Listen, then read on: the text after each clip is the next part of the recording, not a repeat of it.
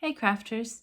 Today we're going to make a card with magical colors and what I call a mystical reflection. The first thing we're going to do is create an area where the water will be. So I use post-it note tape to create my mask, but you can use washi tape for this or even a piece of paper if you hold it securely, whatever works best for you.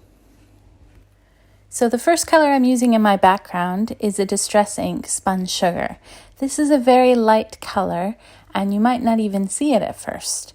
I'm using Distress Inks today instead of oxides because I want the background to be very vibrant, and I also want to add some alcohol ink on top of the color. Now, as you notice, when you first put Distress Inks down, they don't look their best. However, be patient. You will see it will all come together beautifully. Now, when we add that salty ocean on top of the picked raspberry, look at that beautiful purple that we create inside, in between where the two colors overlap. Now, I'm going to go back and add some more spun sugar and picked raspberry and start to blend that out so that we don't see the circles and the marks from the blending brush. Now, if you find it difficult working with Distress Inks, you can always use oxides.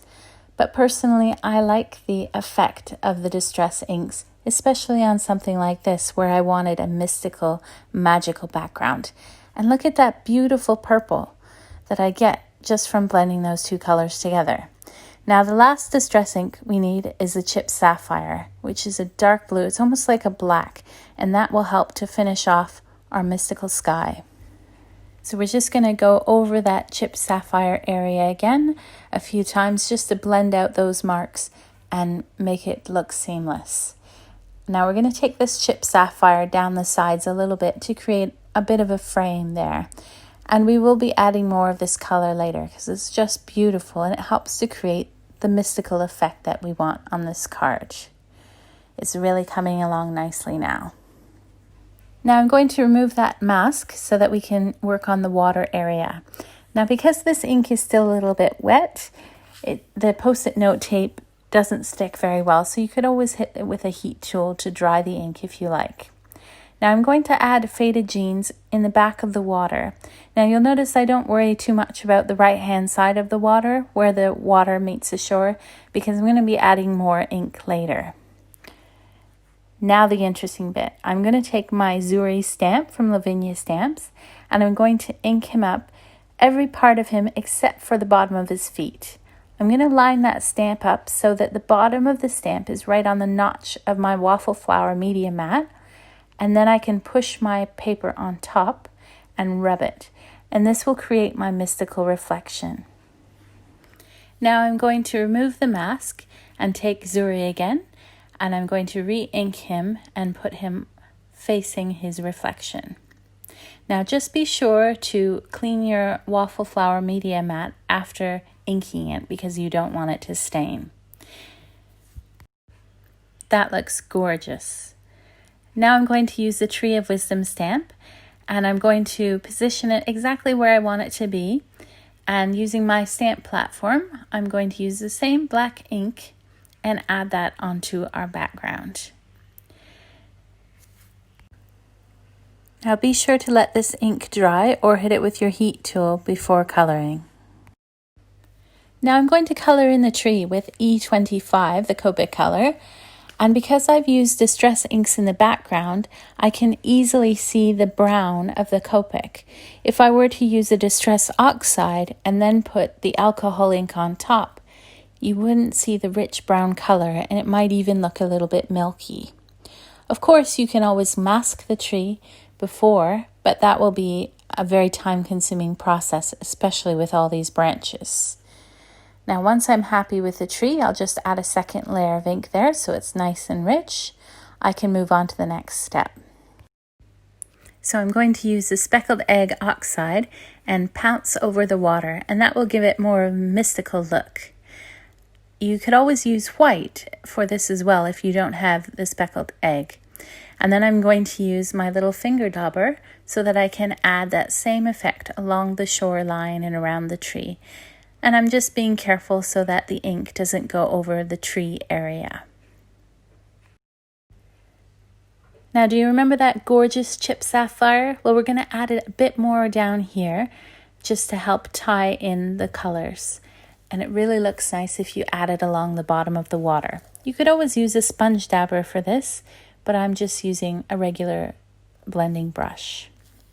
Now, once I'm happy with that, I'm going to use a white jelly pen and I'm going to add some stars in the sky to make it look nice and beautiful and mystical. Now, once I looked at this, I decided that it needed a bit more of that picked raspberry color. So I'm going to use my sponge applicator in the corner there, as well as my finger dauber, just to add in a bit more of that color so it doesn't look like the tree is floating. Now, you could always leave your card like this, but I wanted to add a sentiment. So I'm going to use my powder tool on a piece of black and a stamp that says, "I believe in you."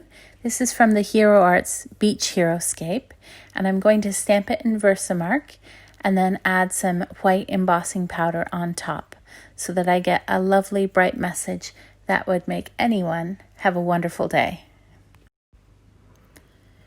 So I'm going to heat that sentiment with my heat tool. I like to heat it from the back so that the embossing powder doesn't fly away. And once it's nice and melted, I'm going to trim it with my paper cutter until it's the right size for my card. And this is the perfect spot for my sentiment. Now, because this is a unicorn, I think it needs a tiny bit more sparkle. So using a glue pen, I'm just going to trace on the shoreline there and then round about where the unicorn's feet are. And then once I've got enough glue, I'm going to use the Lavinia Stamps Moon Dust. This is a great combination of very fine and fine glitter that just looks wonderful. It comes in a whole bunch of colors. This one is blues and greens. All right, one more thing to do and then we're done. So I'm going to use a sparkly jelly pen and I'm going to add a few accents to the unicorn's mane and tail. Now, you could also add some more stars in the sky if you want. It's up to you. But I think every unicorn needs a little bit of sparkle. Now, once I'm happy with the effect that I have there, oh, actually, I need a bit more in the water there. Now it's perfect. I'm going to adhere my card to a card base, and I just use double-sided tape for this. So once I've adhered that to the front of my card, I just need to add my sentiment. And using double-sided tape, I'll put that on as well. Now, this would be a great card to send to someone to cheer them up or just to let them know that you're thinking of them. Looks gorgeous. Thanks for watching today. I hope you found it inspiring. Have a crafty day.